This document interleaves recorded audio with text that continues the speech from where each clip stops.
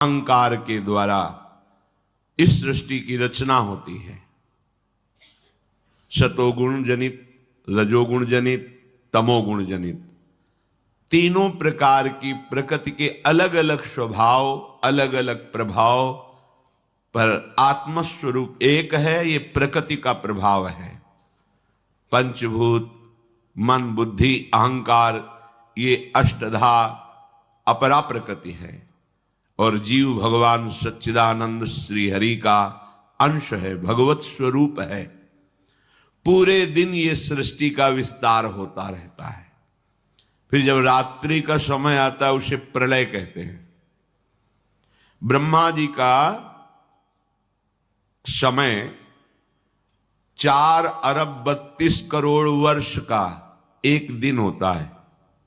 अपने मनुष्य वर्ष से 4 अरब 32 करोड़ वर्ष का एक दिन होता है और 4 अरब 32 करोड़ वर्ष की एक रात्रि होती है। दिन में सजाते हैं संसार को और रात्रि में प्रलय होती है। ऐसे एक दिन रात, फिर एक वर्ष, ऐसे 100 वर्ष की आयु ब्रह्मा जी की। जब 100 वर्ष की आयु होती तब महाप्रलय होता है, ब्रह्मा का भी नाश हो जाता है। नाश का तात्पर्य जो ब्रह्मा स्वरूप है वो भी लय होकर हरि में लीन हो जाता है। केवल हरि, केवल हरि, दूसरा कोई नहीं। तो जब रात्रि का समय आता है 4 अरब 32 करोड़ वर्ष बाद, तब प्रलय होती है। कितना भयानक कष्ट है प्रलय में। हमें तो कष्ट ही कष्ट है। अगर मुक्त नहीं होते तो कष्ट ही, मरना कष्ट, जीना कष्ट, फिर जन्मना कष्ट, फिर रोग कष्ट, विषाद, हर्ष, शोक, भय, मान, अपमान, पूरा जीवन, पूरे जन्म के जन्म जब विचार करके देखो तो यहां कष्ट के सिवा कुछ हाथ नहीं लगता है।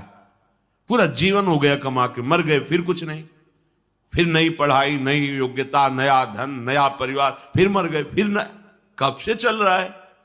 अच्छा, ये ही चलता रहे, इतना ही नहीं, एक बार इसके बाद फिर प्रलय होता है। प्रलय में कैसी भयावह स्थिति होती, भय ही भय है। इसलिए भगवत प्राप्ति अनिवार्य है, अनिवार्य, अत्यंत अनिवार्य है। जिस समय शाम होती ब्रह्मा जी की, प्रलय शुरू होता है। धातु पपलो आसन्ने व्यक्तम द्रव्य गुणात्मकम अनादि निधन कालो हव्यक्तायापकर्षति शतवर्षा हृणावृष्टिर भविष्यत्युल्बणा भुवि तत्कालोपचितोष्णार्को लोकास्त्रीन प्रतिपिष्यति। जिस समय प्रलय का समय आता है तो ये पूरी सृष्टि मूल की तरफ खिंचने लगती है, भगवान की शक्ति से समेटने लगती है। उस समय 100 वर्ष तक एक बूंद पानी नहीं बरसता, 100 वर्ष तक सूखा पड़ता है। शतवर्षा अनावृष्टिर, 100 वर्ष तक एक बूंद पानी नहीं, तो पृथ्वी का सारा पानी सूख जाता है। पीने के लिए पानी नहीं, अन्न के लिए कहीं दाना भी नहीं दिखाई देता, कुछ भी नहीं रह जाता। 100 वर्ष वर्षा ही नहीं होती, इतना अकाल सूखा कि इतने में ही सब जीव जंतु, मनुष्य शरीरधारी बहुत मर जाते हैं। 100 वर्ष भयंकर सूखा, गर्म वायु तपती हुई, बचना मुश्किल है। उसी के घर्षण से दावानल, बड़े बड़े वनों में आग लग जाती है। पानी बूंद नहीं, न तालाब में, न कुआं में, न सरोवर में, न सरिता में, सब उष्ण ताप से सूख जाता है। बिना पानी के, बिना अन्न के तड़प तड़प करके जीव मरते हैं। आगे प्रलयकालीन सूर्य का तेज उदय होता है। 100 वर्ष सूखा के बाद सूर्य से तीनों लोकों में अग्नि की वर्षा होने लगती है।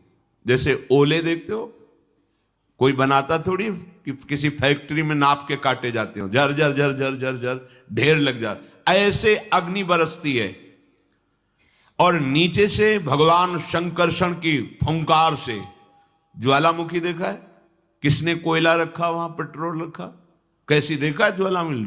धधकती हुई बहती हुई आग, ऐसे नीचे के लोगों से आग प्रकट होती है, भस्म करते हुए सब लोकांतर को ऊपर बढ़ती चली जाती है। ज्वालामुखी देख के हृदय कांप जाएगा। भारी अग्नि, ये जलाने वाले अग्नि से भी तापमान उसका कई गुना अधिक होता है। कुछ भी पड़ जाए सीधे आग लग जाएगी, सीधे भस्म हो जाएगी। नीचे से पूरी की पूरी पृथ्वी ज्वालामुखी हो जाती, ऊपर से सूर्य आग बरसाता है। 100 वर्ष तक अग्नि की वर्षा रहती है। पहले 100 वर्ष तक सूखा, उसमें जो कुछ बचे अग्नि की वर्षा, भस्म हो गया पूरा का पूरा। ये 14 भुवन सब भस्म हो गए, नीचे से ऊपर तक। ये स्वर्ग लोक, महालोक, जनलोक, तपलोक सब, क्योंकि ये प्रलय है। ब्रह्मा जी भगवान के नाभि कमल पर विराजमान है, सारी सृष्टि भस्म हो रही, 100 वर्ष तक अग्नि वर्षा ये होती है। अब जैसे कहा जाए कि नीचे से अग्नि निकलेगी, अगर हम ज्वालामुखी ना कहें तो आप अनुमान भी नहीं लगा सकते। ऐसा कैसे हो सकता है? देखो ना, फोड़ करके अग्नि कैसे प्रांत के प्रांत को भस्म कर दे। और वहां एक जगह से निकलती है पहाड़ों में, या पूरी पृथ्वी ज्वालामुखी हो जाती, जगह जगह से अग्नि भगवान शेष के फुंकार से, और ऊपर से भयानक अग्नि तपती हुई बरसती है। जैसे ओले बरसते हैं ऐसे अग्नि बरसती है। लोगों को तपाने वाली भगवान शेषनाग के मुंह से निकलती हुई प्रचंड लपटें नीचे के लोगों से जलाना प्रारंभ करती हुई इतनी ऊंची बढ़ती हैं कि समस्त ब्रह्मांड को भस्म कर देती है। भगवत प्राप्ति अनिवार्य है। अगर ये सुनकर के तुम्हें भय नहीं लग रहा तो भगवान की माया ने विशेष जकड़ रखा है। कहां हम जाएं? एक ही जगह है भगवान की शरण। हमारी कितनी दुर्गति है, हम सोच नहीं पा रहे। कब मर जाए कोई पता नहीं, कोई हमारा मित्र पता नहीं।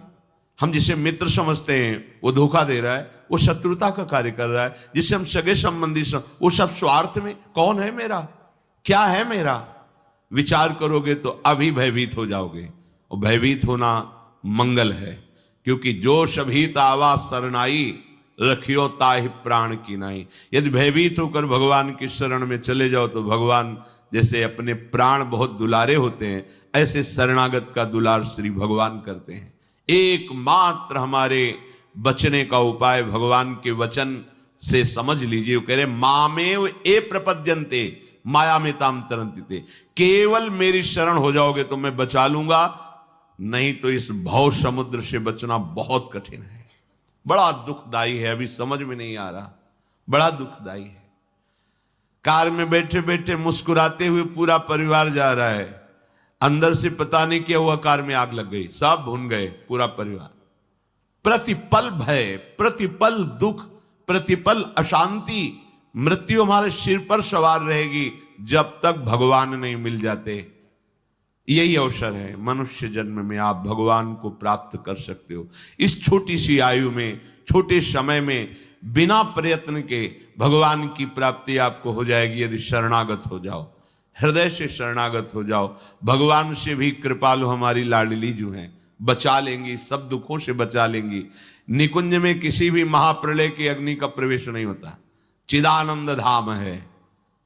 किंचन मात्र माया पवन का प्रवेश नहीं है, ब्रह्मा के द्वारा रचित नहीं है, शेष भगवान के फण पर नहीं है, चिदानंद धाम है। वहां हमें बुला लेंगी श्री जी, और वहां बुला के लेंगे। हम पहुंच चुके हैं, बस सावधान हो जाए, पीछे न लौटे।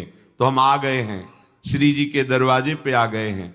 और जो इस द्वार पे पड़ रहता है वो फिर निहाल हो जाता है। महारानी जी के द्वार पे आ गए। घर पे इसलिए नहीं कह रहे अंदर कि अभी नेत्र खुले नहीं है तो तुम देख नहीं पा रहे हो, कहोगे कहाँ श्री जी हैं।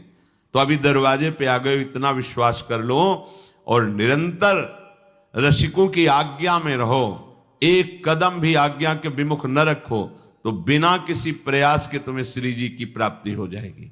पक्का मान लो, बिना प्रयास के। बस तुम्हारे अंदर एक धारणा बन जानी चाहिए, अब आज्ञा के बिना हमारा कदम नहीं बढ़ेगा। अब जो ही कहें करें हम सोई, बस। इसके परिणाम स्वरूप लाड़ लीजिए, आपको कृपा करके अपने निकुंज में बुला लेंगी जहां माया का प्रवेश ही नहीं है। ये सब मायाकृत सृष्टि का प्रलय होता है। बोलो 100 वर्ष तक हाहाकार मच गया, नीचे से अग्नि ऊपर से अग्नि, और 100 वर्ष पानी नहीं गिरा तो सब सूखा। अब कौन बचा? सब भस्म हो गया। अकाल में ही 100 वर्ष में सब स्वाहा हो गए, जो कुछ बचे वो अग्नि की वर्षा से नष्ट हो गए। शांवर्तको मेघ गणो वर्षति श्मशतम समाह धाराभिर्हस्ति हस्ताभिर लीयते सलिले विराट। 100 वर्ष अग्नि के बाद फिर प्रलयंकारी मेघ, जिनको शांवर्तक कहते हैं, वो हाथी की सूंड के समान धारा